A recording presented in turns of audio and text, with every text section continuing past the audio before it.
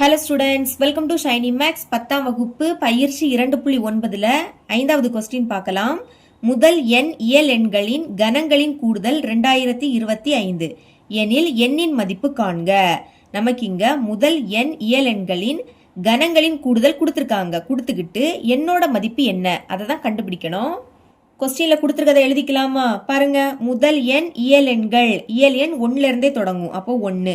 இங்க கணங்களின் கூடுதல் கொடுத்துருக்காங்க. அப்ப அடுக்குல என்ன வரும்? 3 வரும். கணம்னாலே அடுக்குல 3 எழுதிக்கணும்.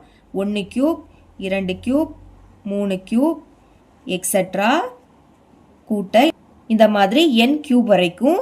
இதோட கூடுதல் எவ்வளவு? 2025. இங்க நம்ம இந்த எண்ணோட மதிப்பு என்ன அதை தான் கண்டுபிடிக்கணும்.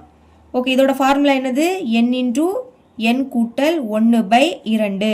போன சம் எப்படி சால்வ் பண்ணமோ அதே மாதிரி தான். இதுக்கு இனிமே ஸ்கொயர் வரும். சமத்துக்கு அந்த பக்கம் 2025 இருக்கு. இந்த ஸ்கொயர் அந்த சைடு கொண்டு போகலாமா? அப்போ பாக்கி இங்கே என்னது இருக்கும்? n இன்டூ n கூட்டல் 1/2. அந்த சைடு 2025 இருக்கு. ஸ்கொயர் அந்த சைடு போச்சுன்னா ரூட்டாக மாறும். அப்போ ரூட் போட்டுருங்க. அடுத்து இது அப்படியே வந்துடும். n இன்டூ n கூட்டல் 1/2.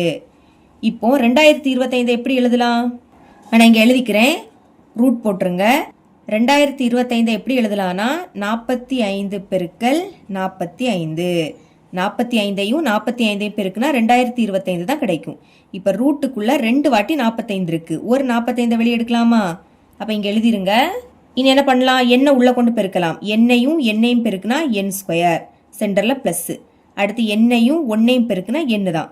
இப்போ இந்த 2ஐயும் 45ஐயும் பெருக்கலாம். பெருக்குனா 90 அப்படின்னு கிடைக்கும். இனி இதை இந்த சைடு கொண்டு வந்துடலாம். இங்க இருக்கிறத முதல்ல எடுத்து எழுதிக்கலாம். என் ஸ்கொயர் கூட்டல் என் பிளஸ் 90 இங்க வந்து என்ன ஆயிடும்? மைனஸ் 90 மாறும். சமம் அங்க இனி எதுவுமே இருக்காது, அதனால 0. இனி இதை காரணிப்படுத்தலாம். அப்போ பெருக்கும் போது என்ன கிடைக்கணும்னா என் ஸ்கொயர் முன்னாடி எதுவுமே இல்லை, அதனால லாஸ்ட் உள்ளது மைனஸ் 90 கிடைக்கணும். கூட்டும் போது சென்டர்ல உள்ளது எண்ணுக்கு முன்னாடி எதுவுமே இல்லை, எதுவுமே இல்லாட்டா 1 இருக்குன்னு அர்த்தம்.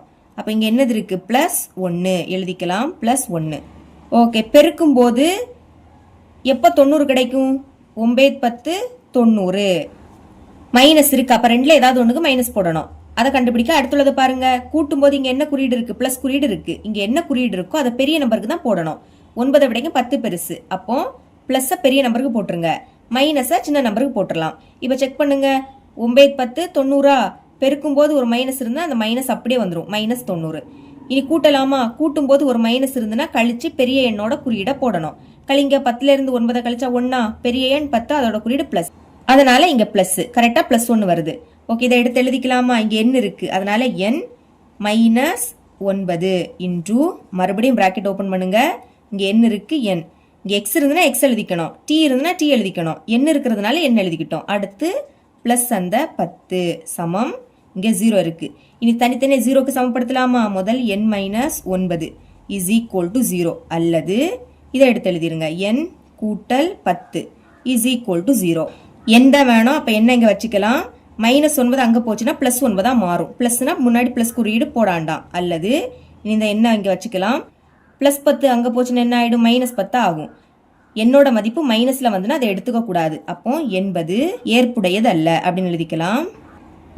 மைனஸ் மதிப்பை எடுத்துக்க கூடாது, பிளஸ் மதிப்பை தான் எடுத்துக்கணும்.